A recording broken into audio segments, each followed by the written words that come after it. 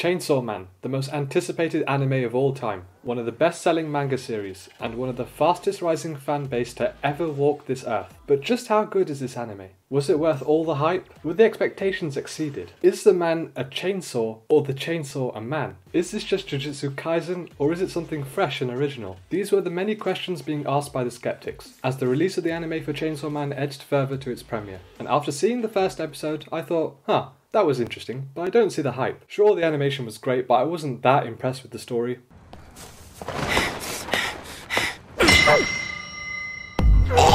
Okay, I'm sorry, I was just sharing my honest opinion. I just thought it was okay.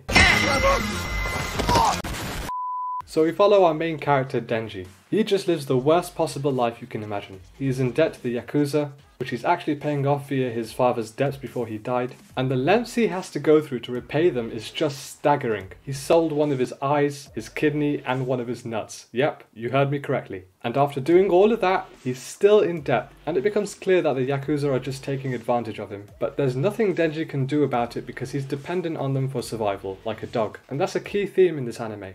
返事ははいかワンだけ。いいえなんていう犬はいらない。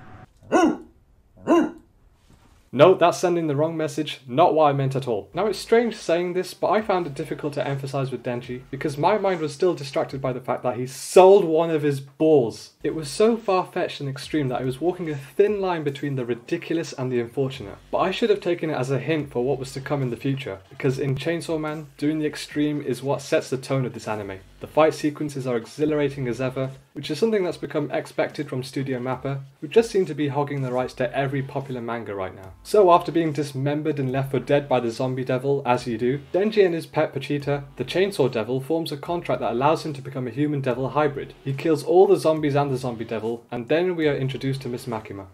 She is part of the Public Safety Devil Hunters, a group that Denji becomes affiliated with and learns of all the tragic pasts of the Devil Hunters he works with. As sad as these characters are, there's a strangely dark humour that floats adrift their pain and anguish. Just the situations that they're in are so chaotic and crazy you don't know whether to laugh or to be terrified. You either react like Power does, finding every life-threatening obstacle with a hint of demented amusement, or react like Kobani, with a drastic fight-or-flight response. The design of each devil are unique and imaginative in their own way. They're a lot like demons and cursed spirits which you see in other popular shonen, but it's always fun to see how these supernatural creatures differ in each show. You can always draw similarities that can become tiresome, but Chainsaw Man never feels like it's going in that direction. They use the devils appropriately when integrated with the emotional input driven by the human characters. Having contracts with devils make things a lot more complicated and interesting. Aki has a contract with the Fox Devil which allows him to kill devils, but in return, the Fox Devil can eat a part of his body, which can be something like his skin. If it was Denji, he would immediately give the Fox Devil his nuts. But that's what I like about the characters.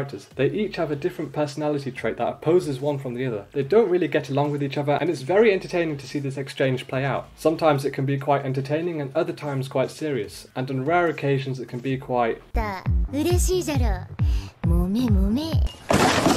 When I heard the title for this, I assumed this was a comedy, but now I realise this is a tragedy. Here's what I love about this anime. It goes in a direction that you think is going to be a paint-by-the-numbers shonen in which the OP protagonist must overcome an obstacle each episode, and you quickly realise there's not much to the story at all or the characters. But look at how smooth the action is. What does story even matter if you can have a frame rate that allows you to see characters beat the crap out of each other? And Chainsaw Man is that, at least for the first 7 episodes. Episode 8 is the one that hooked me.